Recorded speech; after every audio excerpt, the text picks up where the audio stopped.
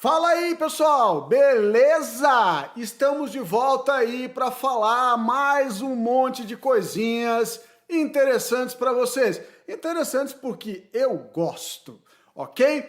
Estaremos começando hoje a falar de protozoários e as suas doenças. Mas antes, nós vamos falar um pouquinho das características desses organismozinhos chechelentos aí, que muitas vezes atrapalham as nossas vidas, mas também ajudam. Então, fica ligado aí que a gente já volta!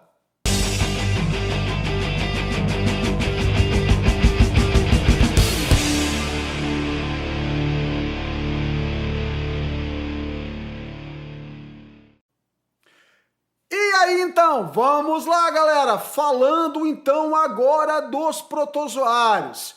Olha só, primeira coisa que a gente tem que estabelecer aí nesse grupinho de seres é que nós estamos agora falando do reino protista, ok? Ou protoctista, mas uma das coisas que eu preciso mostrar para você inicialmente é que dentro deste reino existem os protozoários e existem as algas eucariontes.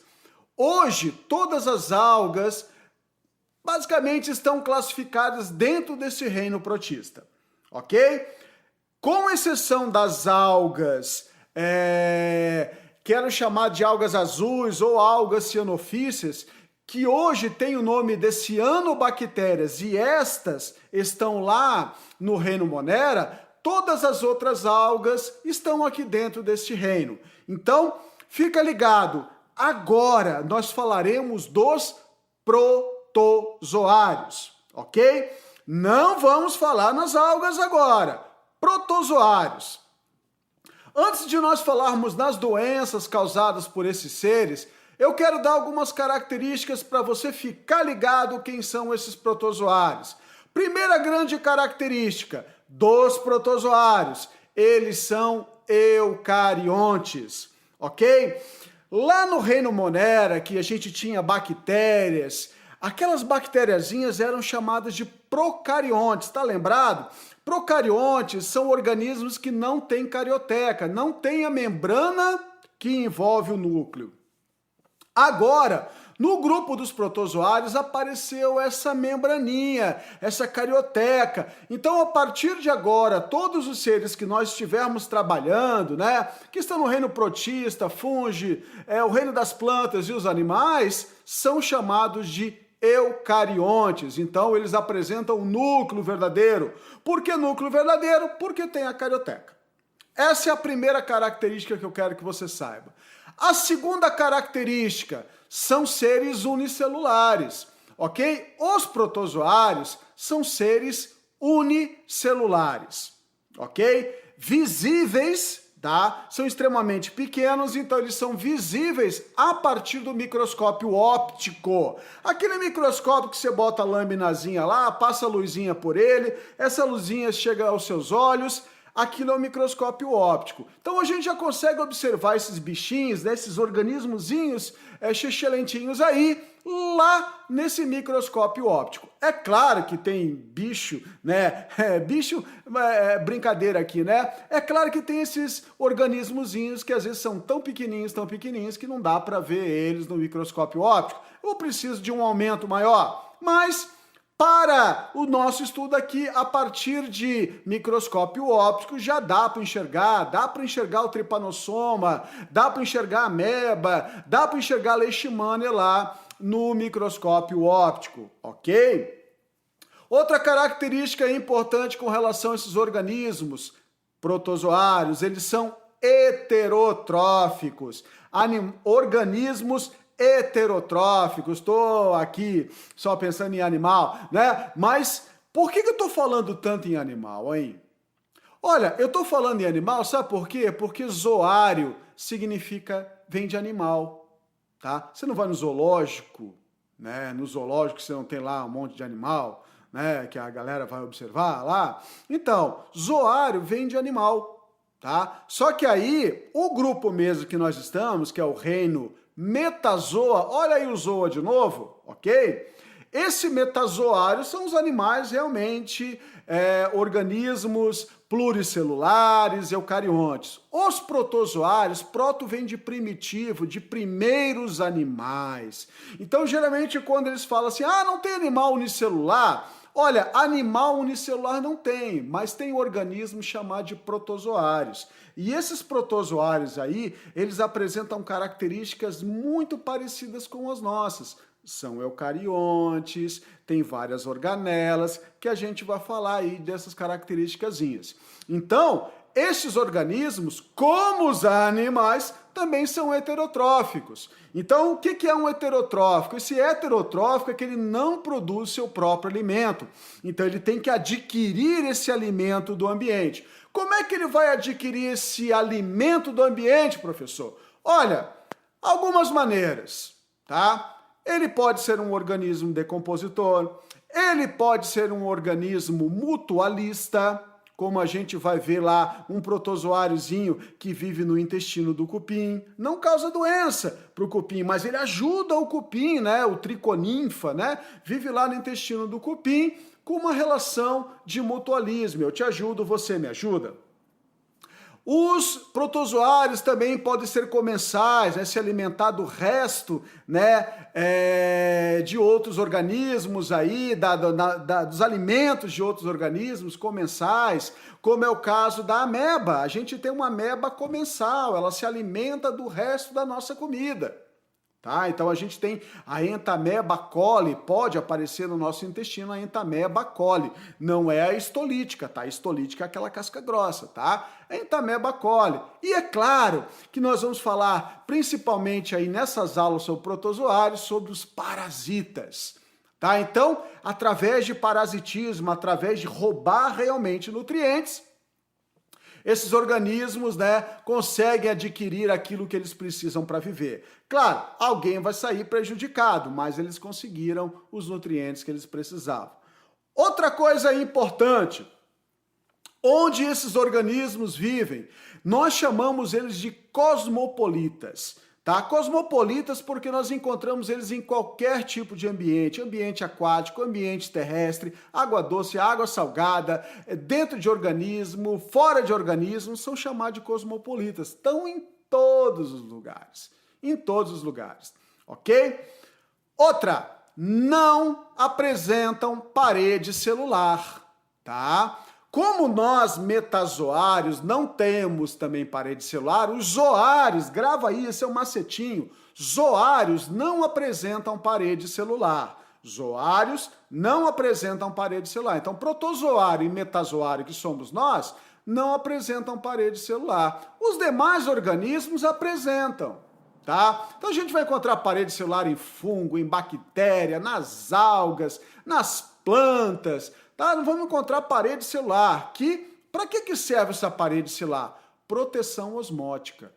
Tá? Então, esses organismos utilizam a parede celular como proteção osmótica, tá? Contra uma entrada excessiva de água, porque se entrar água demais neles, eles vão estourar, porque eles não têm mecanismo para impedir que eles inflem demais e estourem.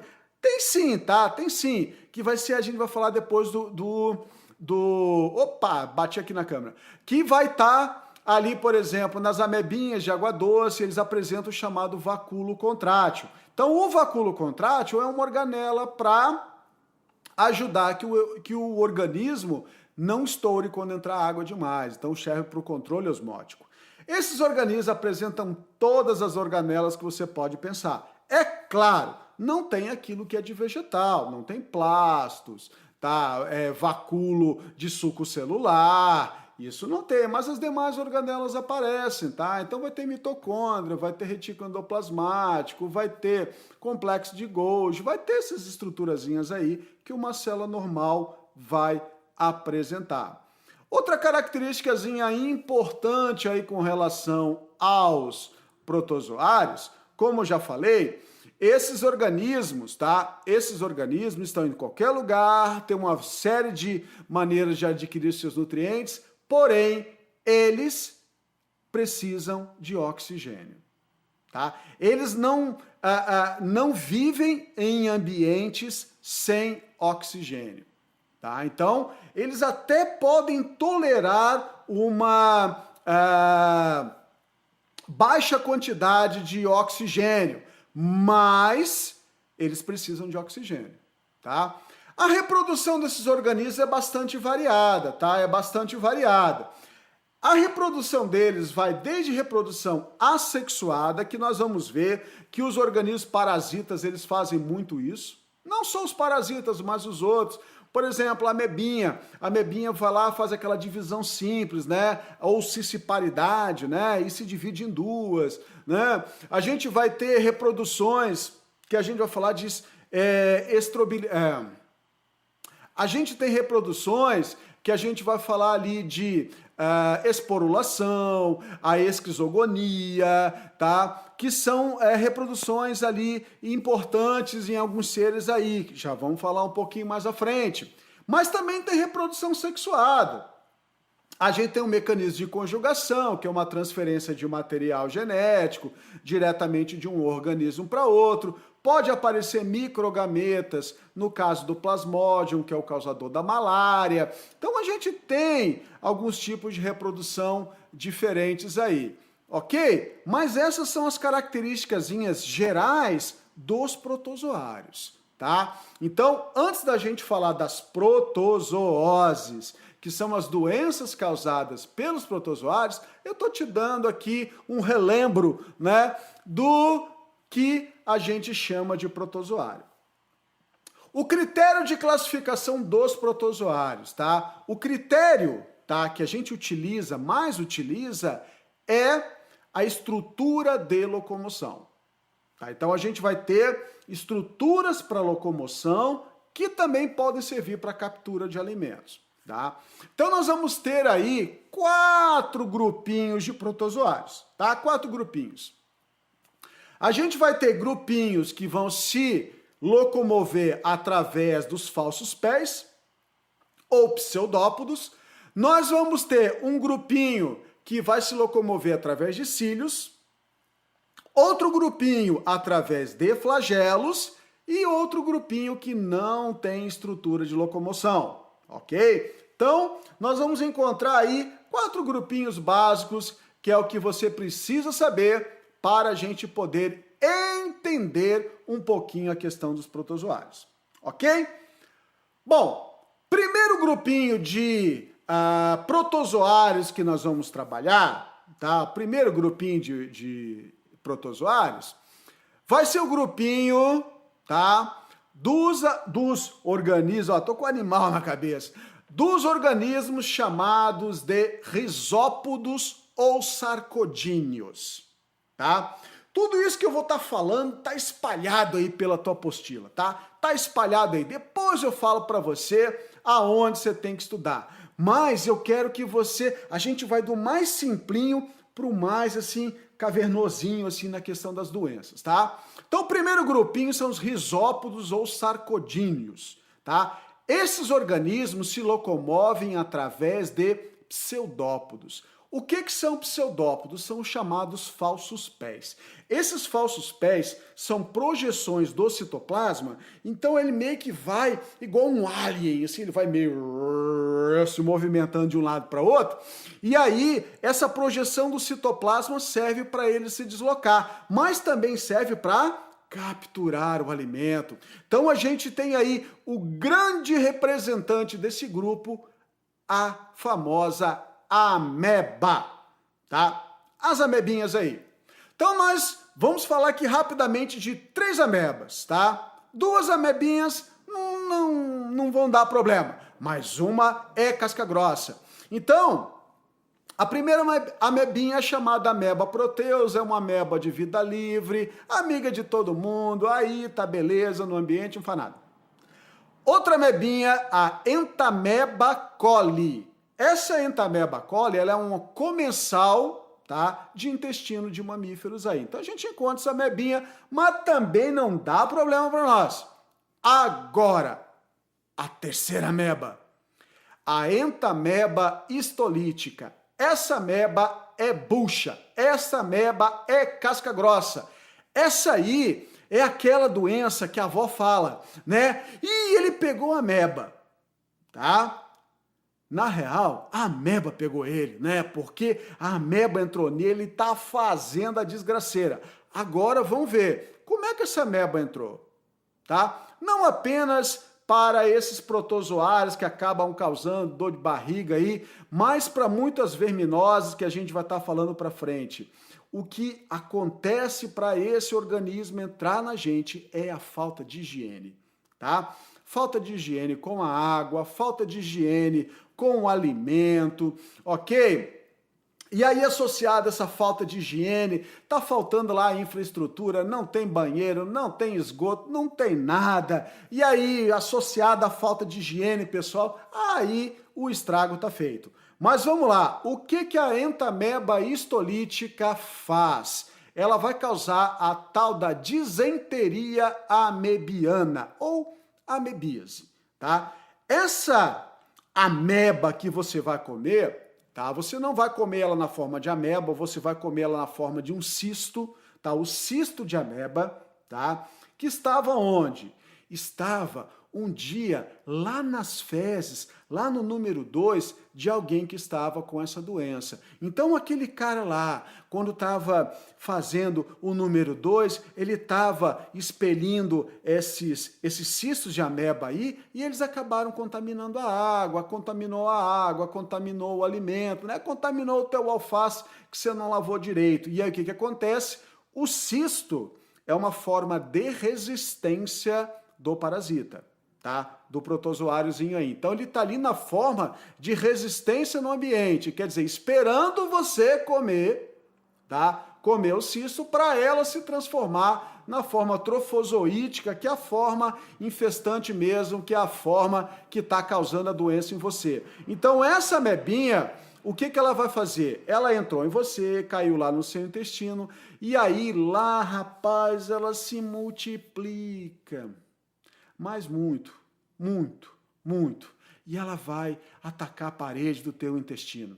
Ela vai, né? Cara, mata esse troço, mata.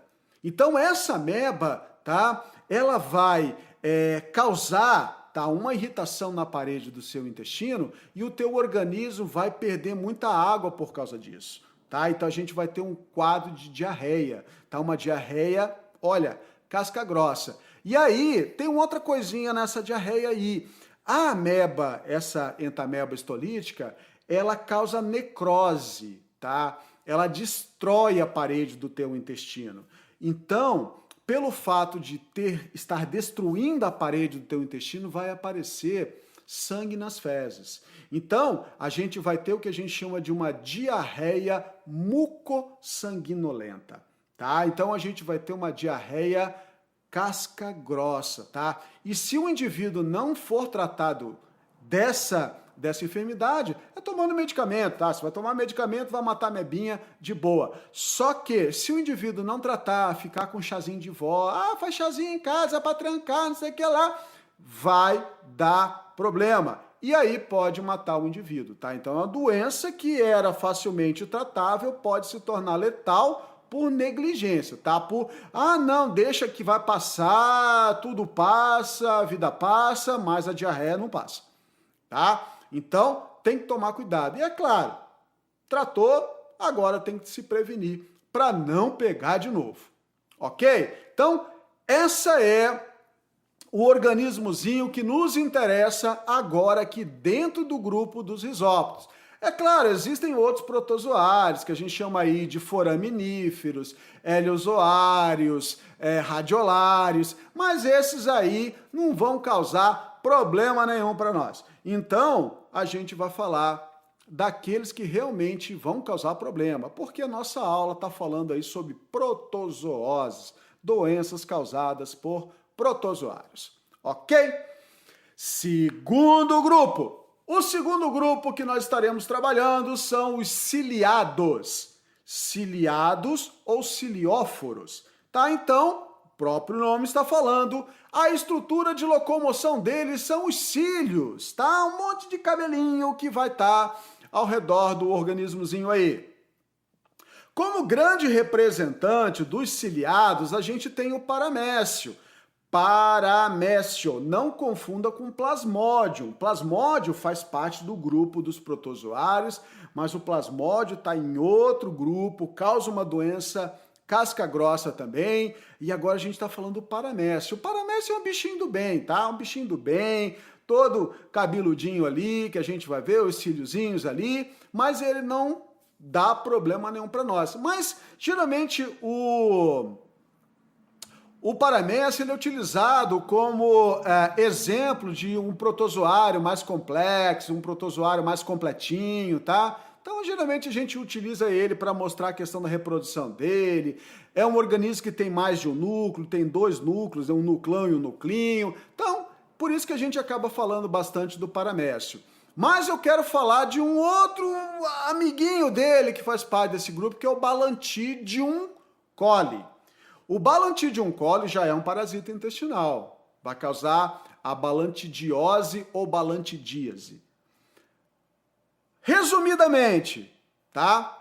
Você comeu também o balantídeo, semelhantemente à ameba, ok? Vai causar problemas intestinais, diarreia, semelhante à ameba, não é aquela sanguinolenta lá, a mucossanguinolenta que acontece na ameba, mas também é um quadro de diarreia bastante complicado, que é facilmente tratável com medicamento. O mesmo medicamento que vai matar a ameba vai matar o balantídeo, tá? Mas como eu tenho falado para vocês, o negócio é prevenção, o negócio é não pegar um troço desse. Então, o que a gente tem que fazer? Higiene com água, higiene com alimentos, né? Toda aquela parte de higiene pessoal, tendo banheiros, acesso, né, a toda a parte de saneamento para a população, para evitar esse tipo de disseminação de doença, tá? Por quê? Porque acaba geralmente dando problema com a questão da desidratação, e desidratação pode levar à morte. Então, é uma série de eventos, né, que se encadeiam aí. Ok? Como primeira parte, tá, das protozooses, né, protozoários e protozooses, eu vou encerrar aqui, tá? Na próxima aula, a gente vai falar do grupinho dos flagelados e dos esporozoários. Esses 2 grupinhos aí, nossa, a gente tem cada um organismo bucha, da grande, tá? Doenças mortais aí mesmo. Mas isso aí fica para a próxima aula. Beleza, galerinha? Grande abraço e até a próxima!